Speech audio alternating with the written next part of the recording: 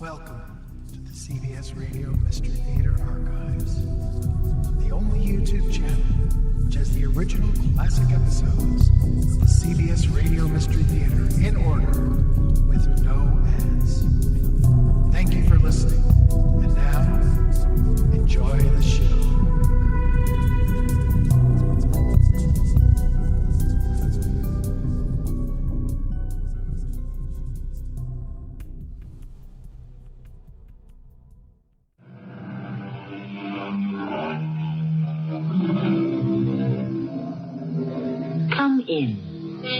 Welcome.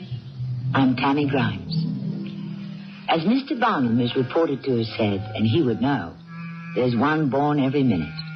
One what? One sucker, of course. And what is a sucker?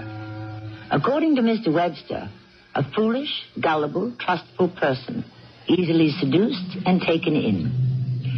And if you examine that definition closely and honestly, given the right time, the right place, and the right situation, it could apply to you, to me, to any of us.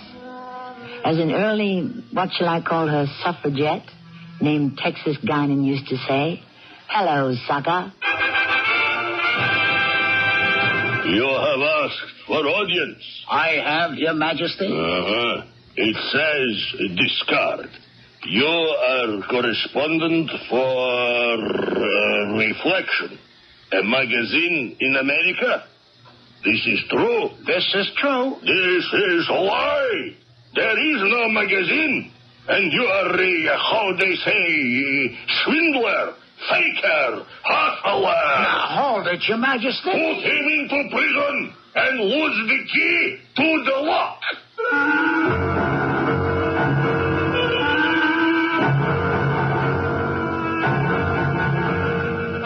Our mystery drama, The Wedding Present, was written especially for the Mystery Theater by Sam Dann and stars Ralph Bell. It is sponsored in part by Cat's Paw, Heels and Souls. I'll be back shortly with Act One. They say you cannot cheat an honest man. In the first place, you should always question any proposition that begins with "they say." In the second place, honest men, by the millions, are cheated everywhere, every day. Honest women, too. In the third place, this is merely a piece of propaganda put out by various and sundry hustlers, swindlers, and con artists. If you don't believe me, just ask Mr. Oliver Tolliver, who is the king of them all. King? Well, that may be laying it on a bit thick. Crown Prince, maybe, or Grand Duke. But what do all them titles mean anyhow? I could print you up a whole set of fancy gilt-edged visiting cards, and you could be anybody you like, from King Zong of Albania to Queen Hukali Lulilani of Hawaii. But royalty's the thing that's riding high in this year of 1912, especially in what are known as the Balkans, particularly in this country of, what did you say your name was again? Why don't I call you Max? Yes, Your Honor. And what is the name of this country? Graf Schistli. Groundbag. Groundbag. It is even what I said. Bring me another bottle of that green poison, will you? The Pandiprasvi. The boss? Yeah. The boss. He look this way. Yeah, what's on his mind, Max? What is always on boss' mind? Dinier Strostarvi. You mean, money? Da, money. Max, old buddy, I don't have any money. Oh, no money. No, it's no good. It's a mere temporary situation. As they say, transient, momentary. Now, look, you go over to the boss, and here's what I want you to tell him. I'm Oliver Tolliver, Central European correspondent for Reflections, the most widely read magazine in the United States. You got that? Yeah. You can see I have my notebook, my camera, and tell him I propose to do a feature on this most magnificent hotel. As a result, American tourists will storm the place in such numbers he'll have to ask the National Guard to keep them away. Now, surely that's worth the price of a couple of drinks, isn't it?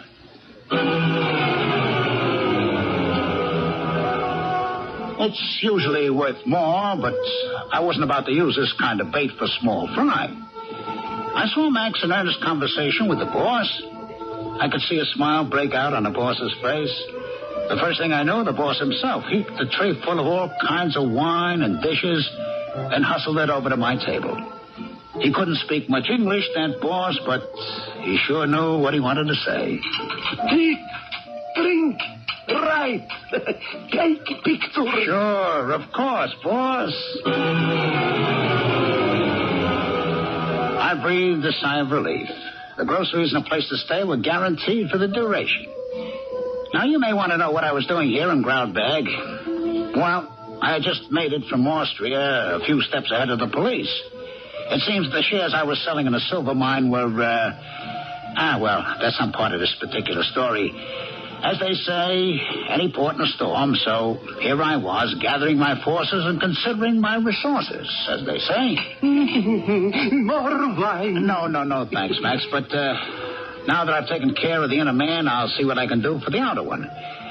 Who runs this place? King Bovra. King Bovra. And who's he? Oh, he's not known. Last king hired him to train army. Army make revolt, kill last king. Bovra become new king. Aha. And what kind of a king is he? He's king. He like everybody to know. To know what? Who is king? Have pictures on walls every place. You see?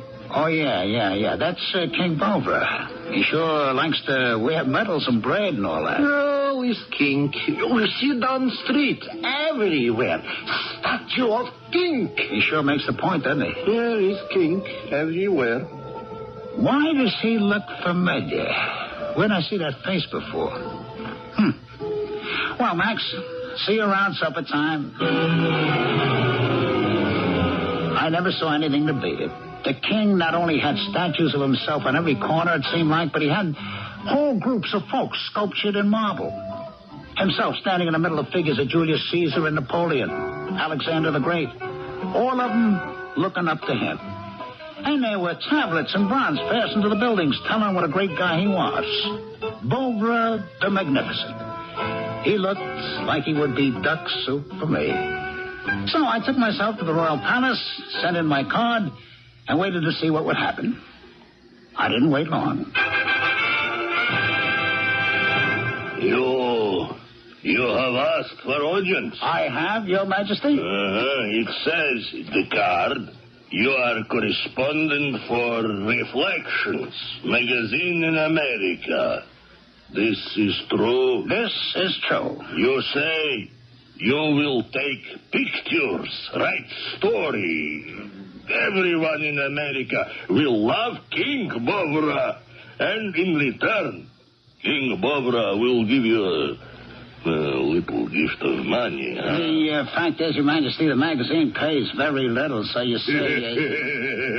The fact is, the magazine pays nothing at all.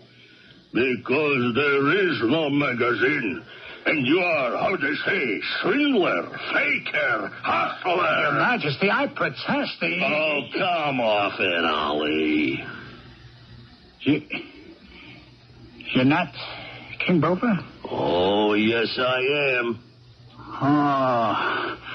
Oh, you're also Jake Tyndale. Jake the fake Tyndale. Hey, how did you get the... Oh, ambition, Oliver. Well, there was an opening for a general to train troops in this 2x4 country. Well, what do you know about training troops? Hey, what do you have to know? You just need a good, loud voice. Uh-huh. And now you're king, huh? Well, I always wanted to be king, Ollie. I worked at it, and, well, here I am. Yeah, but I understand you had to kill some people. Well, you know, sometimes you have to kill people to get what you want. Oh, no, you gotta draw the line. Why? Well, because swindling is an honorable profession. It is? Oh, Jake, it's an ancient calling, eh? Well, just between you and me, Ollie. What's honorable about stealing? Oh, come on. I don't really steal, Jake. And neither did you when you worked with me. Yeah, you always had those crazy ideas. That's why you never got anywhere, Ollie. You hustle a guy, but you do it honestly. You make him think he's getting something for his money. You give him a dream, a feeling of anticipation. You show him a whole new world. You give him his money's worth. Ollie, how much do you want for that interview with me that you're never going to write for Reflections? Because the fact is, Reflections don't exist. Nothing. Oh, come on, Ollie. Let me share some of the wealth. Huh? My very first hustle was the one I worked with you. You taught me everything I know. I never taught you how to kill people. Besides, I couldn't take money from you.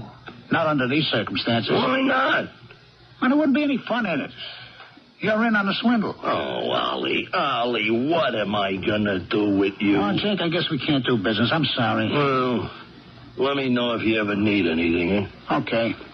Goodbye, Jake. I went back to the cafe. I wanted to think things out. And then I saw her. She was sitting near the window. What was she doing here? I decided to ask her. I beg your pardon, miss, but what are you doing here? Well, you must be an American. Yes, and so are you. My name is Oliver Tolliver. Oliver Tolliver? My father did it deliberately. He said to my mother, it's a name to build character. If he can rise above it, he'll be a success in life. And have you risen above it? I don't know. My name is Jenny Harwell. Uh-huh. Well, getting back to the original question. What are you doing here? I don't know. I don't even know where here is. I can't even pronounce the name of the place. Huh. Okay, you don't know what you're doing here. How'd you get here? I don't know that either. Mm-hmm. What's the last thing you do know? I was in Paris. Doing what? Studying art. Oh, you're an artist. I hope to become an artist one day, but... Yes, but? Well, it may never happen. Why not? Well, the place to study, to learn, is Paris. I ran out of money. Oh. I wrote to my father, and he wrote back, enough of that foolishness. Come home to Newark, New Jersey, and learn shorthand and typing like a proper young lady. So I packed my bags. Well, this don't look like Newark, New Jersey. I was supposed to get on the train to Le Havre. It was late at night, and the man at the station didn't speak English. I guess I just took the wrong train. The next thing I knew, they put me off here. Uh-huh. And now what? Well, I guess I'll just have to wire Daddy for more money. I hate to do it, though. Can you do anything else? I guess not. Have you had your dinner? Well... Have it with me. Oh, no, I really couldn't do that. No, it's all right. Well, you don't look as if you're too prosperous yourself. A temporary condition, as they say. Besides, I have an understanding with the management of this hotel. No money ever changes hands. Well, I'll have dinner with you on one condition. Name it. Change seats with me. Why? Because from here I have to look at that abominable picture on the wall. No. You can't say that very loud. It's a picture of the king himself. I don't care. Whoever painted it should be shot. What's wrong with the picture? What's wrong with it? Do you like it? Oh, it looks like the king. That's what's wrong with it. You mean it's not supposed to look like the king? It looks like a photograph of the king. That's bad? It's the outside of the king. It should reveal the inner man. Oh, well, forget it. No. Let's not forget it. How would you paint his picture? Well, I don't know yet. I'd have to study him. But what's the difference? How could I ever get to paint his portrait? You need an agent. I'm an unknown. Who'd want to be my agent? I would. You... What do you know about it? All I'd have to know is how to get you a job. All? Now, listen. There's $10,000 in it. 10,000? Tomorrow, you're going to the Royal Palace. Me? You'll see the king. Well, how will I get to see the king? I'll fix it for you. You'll fix it? Absolutely. Are you sure you're sane? Absolutely. Are you saying that you can arrange for me to go to the palace and paint the king's picture for $10,000? You've got it. But... And we split $5,000 apiece. Do you agree? Agree? Well, of course, You just leave everything to me. But how are you going to get just worry about slapping the paint on the canvas. I'll take care of the rest.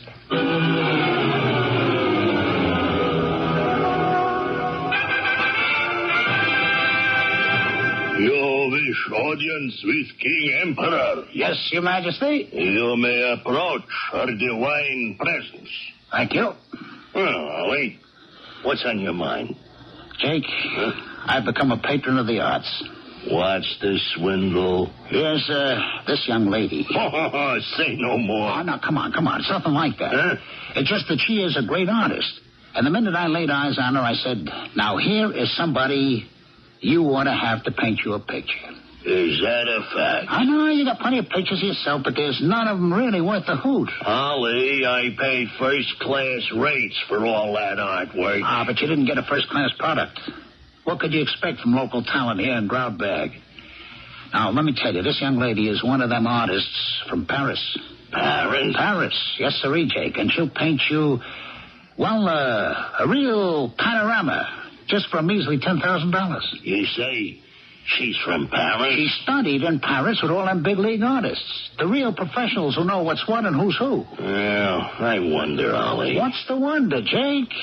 What are you trying to run in on me? Oh, come on, Jake. This is on the level. If you're tied into it, there has to be a swindle. Somehow, somewhere. How? She has to paint the picture, don't she? Oh, yeah. She has to send it over to you, right? Yeah. You have to like it, right? Yeah. And at that point only, does the money change hands. Right? Right. So, you tell me, where's the swindle? On the face of it, nowhere. But that's usually how it is with all of the Tolliver's swindles. On the face of it, all of them seem as pure and serene as the newly fallen snow. But knowing Oliver, who can say the pitfalls are not there underneath? We shall say nothing more until the second act, which shall arrive here shortly. Art is long and life is fleeting. Or so the philosophers say. We are concerned with art in our story because we are considering a work of art which is being sponsored by a confidence operator named Oliver Tolliver. And wherever you find Oliver, you may rest assured that a hustle of some sort cannot be far behind. Hello, Oliver. Jenny, did you see the king? Yes, I saw the king. Jenny, what's the matter? The matter? Well, I thought it was fixed. The king and I, we agreed on a price and everything. Doesn't he want to go through with it? oh, yes, he wants to go through with it. All right, then. Let's have a drink and celebrate. There's nothing to celebrate. Well, sure there is. You're going to do the picture. I don't want to do the picture. You don't? Why? I don't want to. That's all. No. That's not enough. I'm going to wire my father for the fair home, and I'm going to... All right, now, come on. Just tell me what happened, huh? He doesn't want me to paint the picture. Well, you just said he was willing to go through with it. He wants to paint the picture himself. What does he know about Oh, I'll hold the brush and apply the paint to the canvas, all right, but... I still don't get the hang of it, Jenny. He had the picture all planned out. He sees himself as the king of the gods, Jupiter. Yeah? Seated on his throne high on a Mount Olympus. All right. All right? And he's surrounded by George Washington, King David, Daniel Webster, Abraham Lincoln, all the great figures of history and philosophy and literature, Shakespeare, Socrates, and all of these great men are going to be looking up at him with adoration. Jenny, it is his painting. The sky above is filled with angels, and the rest of the canvas is crowded with soldiers and cannons and sailors and battleships, and I'm ill, Oliver. I'm ill. Yeah, well, here, just drink a little of this wine. I'm going to wire home for money. And go back to Newark, New Jersey? Yes.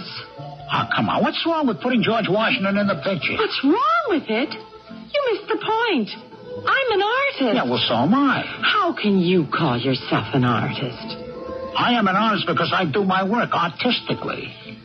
I don't think that by doing this picture you'll be selling out to the Philistines, whoever they were. If you're an artist, perhaps you can understand. I want to paint the kind of picture that will go on the wall of a museum. Well, I can understand that. When you stand there and look at it, it's going to get right inside you, underneath your skin. And from that moment on, your life will never be the same again. Oh, what's the use? I'm sure you can't follow a single word I'm saying. Oh, I can, Jenny, I can. Oh, let's cancel this whole business. All right, sure. I'll just tell the king you changed your mind. I'm sorry, Oliver. Well, I'm sorry, too. I'm sorry for the both of us. I'm sorry for me, because with my half of that 10,000, I know of a gold mine in California, well, forget it. But I am still more sorry for you, because with your half of the 10, you could go back to Paris. Paris? Paris, where the true art flows like the same. Oh, please, don't. Yeah, I'm sorry for both of us. No, Oliver, please, not again. Well, all I asked you to do is just... Sell out. Betray every single artistic ideal and principle. No, not every. It would be different if you were doing it for the money. I would be doing it for the money. No. You're doing it for a year in Paris. Think of her. Who? That Jenny, who'll never see the light of day. That great, renowned, and famous artist whose pictures could have hung in the foremost museums of the whole civilized world. But that Jenny will never swing a brush. You know why? No. Because you'll have killed her. Yes, assassinated her before she even had a chance to make her mark in the world. Try her wings. Please, Oliver. Instead, there's going to be a different Jenny. In Newark, New Jersey. She'll be wearing her fingernails down to the knuckles, pounding a typewriter in some Philistine's office. Losing her eyesight, staring through a file cabinet. And why? I'll tell you why. Just because she wouldn't, just one time, use her common, ordinary, everyday horse sense. All right.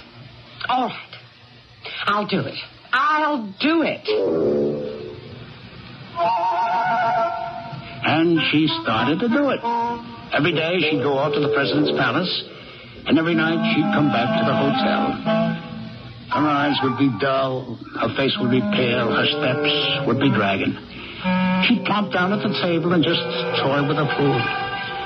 Now, Jenny, you do have to keep up your strength. What for? You have to finish the job. That's exactly what it is. A job. Oh, look.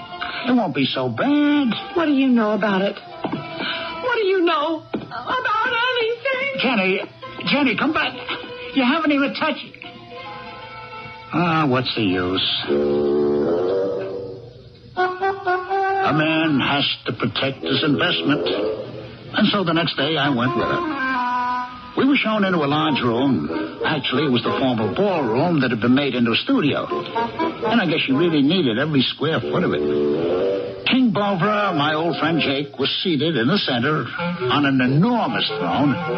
He was dressed like a Roman general in golden armor. He was surrounded by at least 50 people, all in brilliant costumes, suspended from the ceiling with dolls dressed as angels. Oh, yes. It was a real piece of work.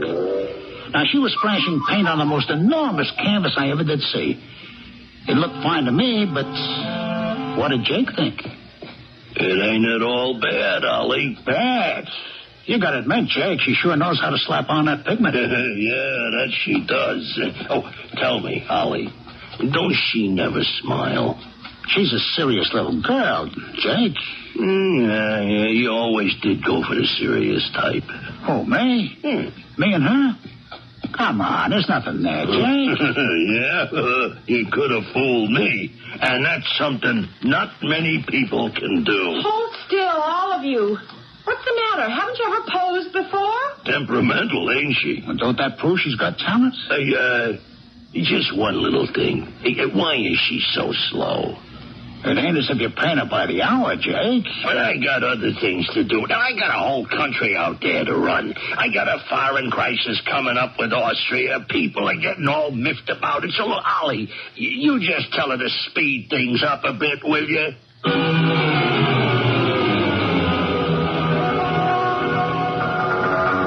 I'm glad you came with me, Oliver, so you could see for yourself just what I have to put up with. Jenny, it ain't so bad. Every moment is sheer torture. But the picture looks pretty good. What do you know about it? The king loves it. Oh, Oliver, I can't do it. I just can't do it. Oh, now, honey, everything's going to be all right. You just finished a little picture. A little picture? Do you realize it's almost as big as the ceiling in the Sistine Chapel?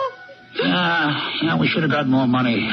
Maybe I can renegotiate the contract. Maybe you can cancel. Oh, honey.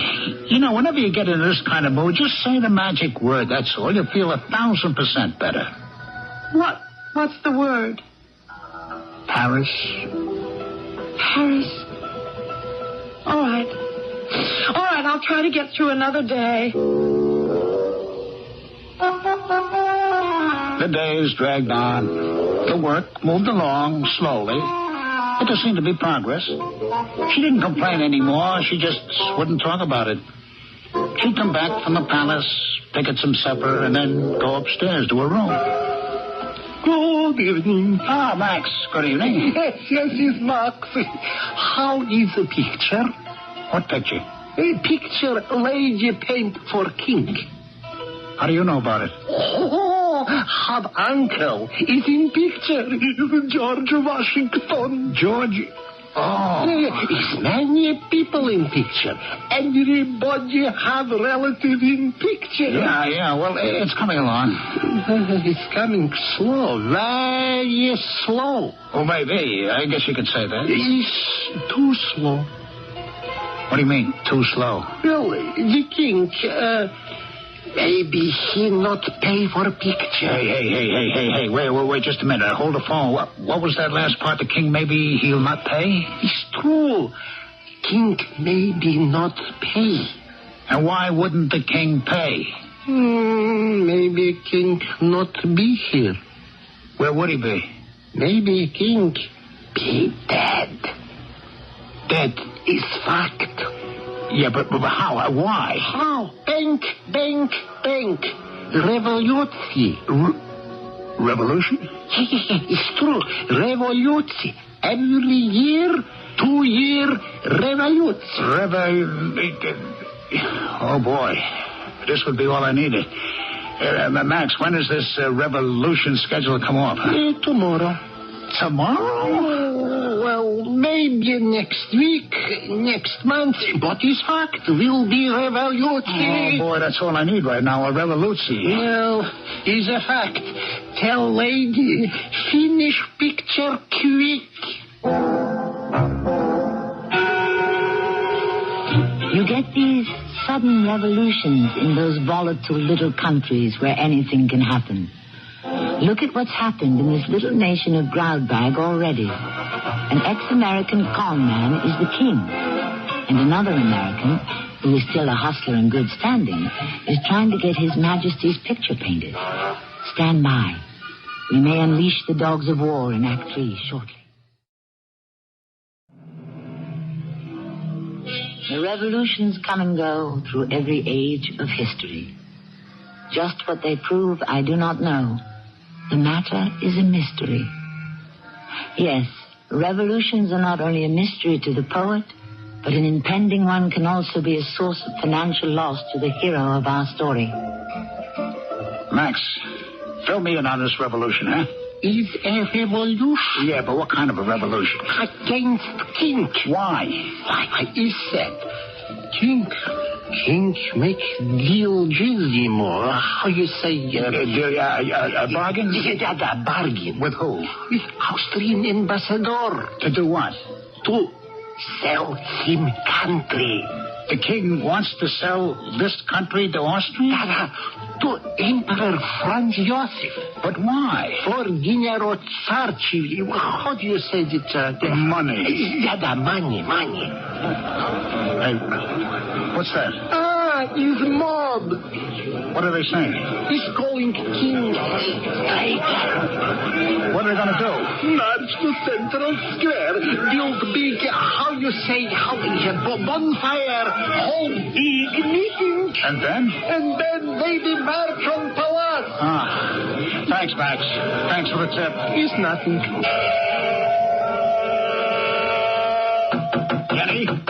Jenny? Who is it? It's me, Oliver. Oliver? It's almost midnight. Jenny, get dressed, quickly. We don't have a minute to lose. Oliver, what is it? We must get to the palace. Why? Hurry, I'll explain on the way.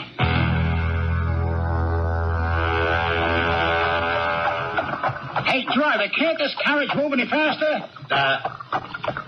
We won't get there in time. In time for what? In time for you to finish that painting. Finish it? Yes, it must be finished by tonight. Tonight? Why tonight? Because there may not be any tomorrow. How can you say that? There's always a tomorrow. But not for King Bovra. Why not? There could be a revolution. He would be overthrown, in which case your $10,000 is down the drain. But I can't finish it Hey, Jenny, tonight. you got to. Just paint, smear it on, pour it on, slap it on. But get it on.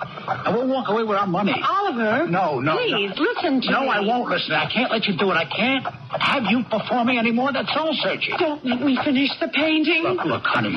You're almost done with the thing now. What does it need? Just a couple of more strokes of the brush, right? Do it and walk away from it. Walk right into Paris. Paris and glory. Ollie, You don't want to give up Paris, do you? I don't know. Sure you know. You're going to finish that painting, and one day when this is over, you're going to thank me. See if you don't. Hey, driver, can't this rig go any faster?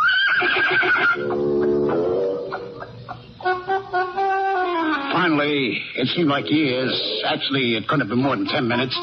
We reached the Royal Palace. The streets were surprisingly quiet. The guards knew us and let us in. We went into the grand ballroom, and she picked up a paintbrush. Hey, Jenny, it looks great. Just glorious. No, it doesn't. Take it from me, honey. It's dreadful. Hey, you're finished. I have to highlight this It's little perfect. It's I perfect. better add shadow to this part right here. Honey, you can spend the rest of your life just nitpicking. It's finished, huh? See here, Mr. Tolliver. It's finished when I say so. Okay. You just tell me when, huh? It's finished. Oh, great. No, it isn't great. It's awful. They told me you were here. Your Majesty, what do you think of the picture? Now, that's what I call a painting. I really do. I believe the terms were payment upon completion. Absolutely. Oliver, you don't imagine I carry $10,000 around with me in my pants pocket, do you? Stay here. I'll be right back with your money. You see, honey, it's all over. No, it isn't all over. I've done a terrible thing, Ollie. You did it in a good cause. I've sold out. I've been a traitor to all my principles. You'll see. You'll feel better in the morning. No, I'll never feel better. What's that noise?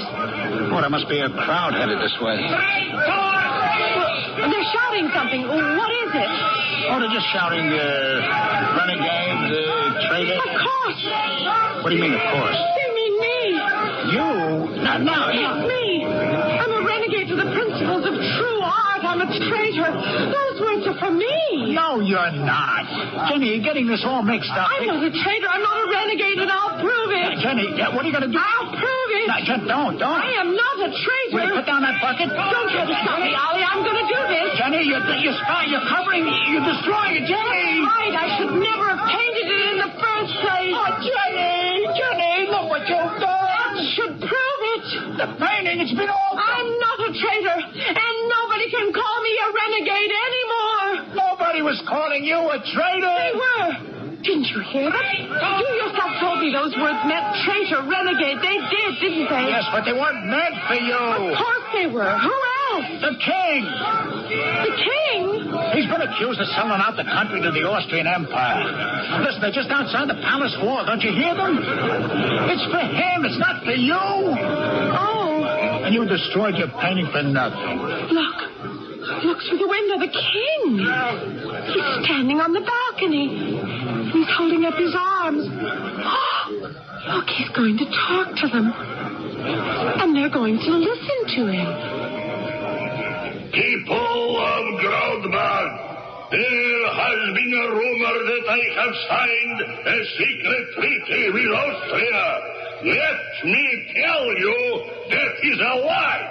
Groudbad always was, is now, and will always be free and independent. He went on and on in that same vein, and they listened. All their frowns turned to smiles, all their jeers into cheers. And all these people who were ready to lynch him now hailed him as the greatest patriot and liberator in the history of the country. Soon, everybody gave up and went home. So did we, Jenny and me, back to the hotel, without, of course, our $10,000. I don't mind telling you, the king was pretty miffed about it, too. I'm sorry about that money, Ollie. Oh, it's all right, Jenny. It's just that I did what I had to do. I understand. Do you? I don't think so. How can you say that? Oh, well, just because of something you said. What did I say? I thought it was silly, but I thought that mob was mocking me, and I destroyed the painting. And when it came out that they were there to call the king to account, you said I had destroyed the painting for nothing. Jenny, it doesn't matter about the money. I'd rather talk about something more important. Is there something that's more important to you than money? Yes. You? Me? Jenny, I'm in love with you. Oh. I want you to marry me. Oh. Oliver, I'm really very fond of you. Yes? More fond of you than anyone I've ever known. But? But I can only marry a man who's an artist. I've already told you, Jenny, I'm an artist. Oh, only a man who's an artist could understand me, know me, sympathize with me, live in tune and in harmony with me. Only an artist. But I keep telling you, Jenny, No, Ollie. No, you're not. Not really. I'll wire home for money tomorrow, and if there's anything I can do to help you... Jenny, listen to me. There's really nothing more to be said. Good night, Oliver. Was picture finished? Oh, Max. Yeah, more ways than one. Well, crowd to go home. Yeah, I guess so. You know who was here eating dinner? No, who? He's just finished eating. He's Austrian ambassador. Oh, yeah? Yeah, as he walk out the door, I hear him say to chauffeur, "We go to King's Palace." Is that a fact? The Austrian ambassador has gone to see the king? Is a fact. Wow. Wow. What do you know about that?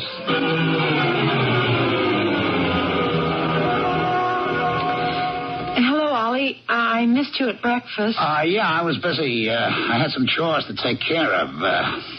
First, I had to develop some pictures. Pictures? Oh, yes.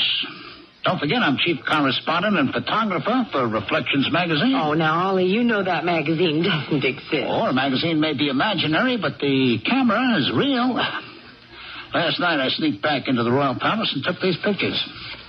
Here, look. Oh, that's the king. And who's that gentleman with him? The Austrian ambassador. You see, they're sitting at a table, very chummy, in all those official documents. Here's one with the ambassador pointing and the king with a pen in his hand, signing. What does it mean? It means the king has signed a secret agreement giving the country away to Austria, which means he lied to his people last night. If they ever found out, if anyone ever saw these pictures, it'd be curtains. Why did you take these pictures? So I could show them to the king. Well, all right, sell them to the king. The king understood the situation in a flash, and so he walked up to his safe and counted out 20 crisp, new $1,000 bills.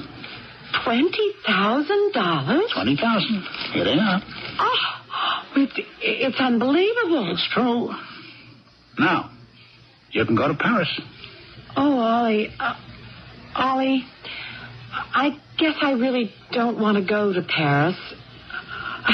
I've decided, I guess, if you can paint anywhere. Maybe that's why I destroyed the pictures, so I would have to go home. But it turned out good for you, didn't it? Oh, yeah, very good. You see, when you destroyed your picture last night, while you were doing it, I said to myself, what a fool she is. Yes, I know that's what you said. Yeah, but I'm not saying it today. Because if you were a fool, then so am I. It's the way you practice your profession. I'm a confidence man, but I'm an honest one. Oh, an honest confidence man. Yeah, right? Sure. You gotta best the other fellow fair and square. When you get him against the wall with his life on the line, You can't turn the screws on him.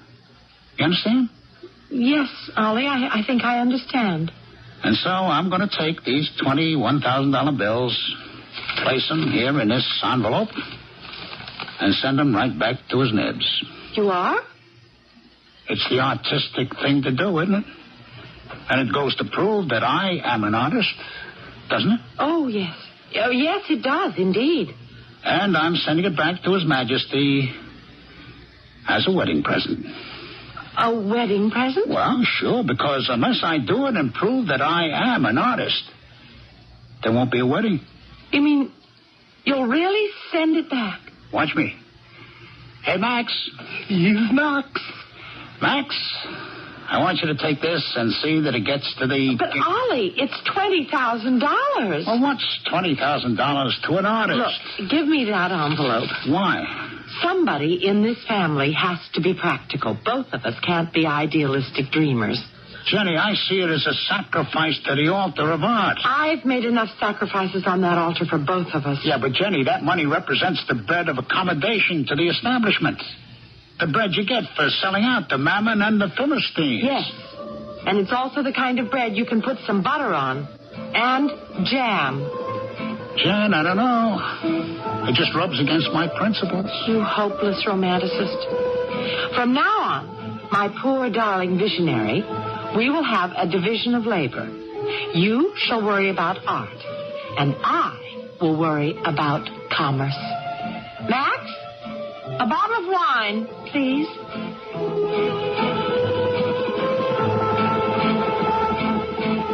And she did, and he did. Each sings his own song, and when the notes are in harmony, the marriage is happy. The $20,000 become the best kind of wedding present, one that a couple gives to themselves. What happened to King Bovra, nay, Jake the Fake Tyndale? That's another story, and you only get one at a time. However, there is a future. I shall return shortly. Why are we everlastingly fascinated by stories of swindles, scams, and confidence games? These are the tales that seem to dominate so much of the literature of our day. According to some of the heavy thinkers, modern man believes that the loss of Eden has robbed him of his peace of mind and soul. And therefore, he takes a perverse pleasure in the vicarious enjoyment of all sorts of knavery. Of course, there's a more simple explanation. Unfortunately, most people find scoundrels more fascinating than saints. Our cast included Ralph Bell, Earl Hammond, and Patricia Elliot. The entire production was under the direction of Hyman Brown. I hope you enjoyed this episode of CBS Radio Mystery Theater. If you've enjoyed this and want to hear more, please subscribe to this channel. You can also visit my other YouTube channel by searching Mr. Brian McCarthy.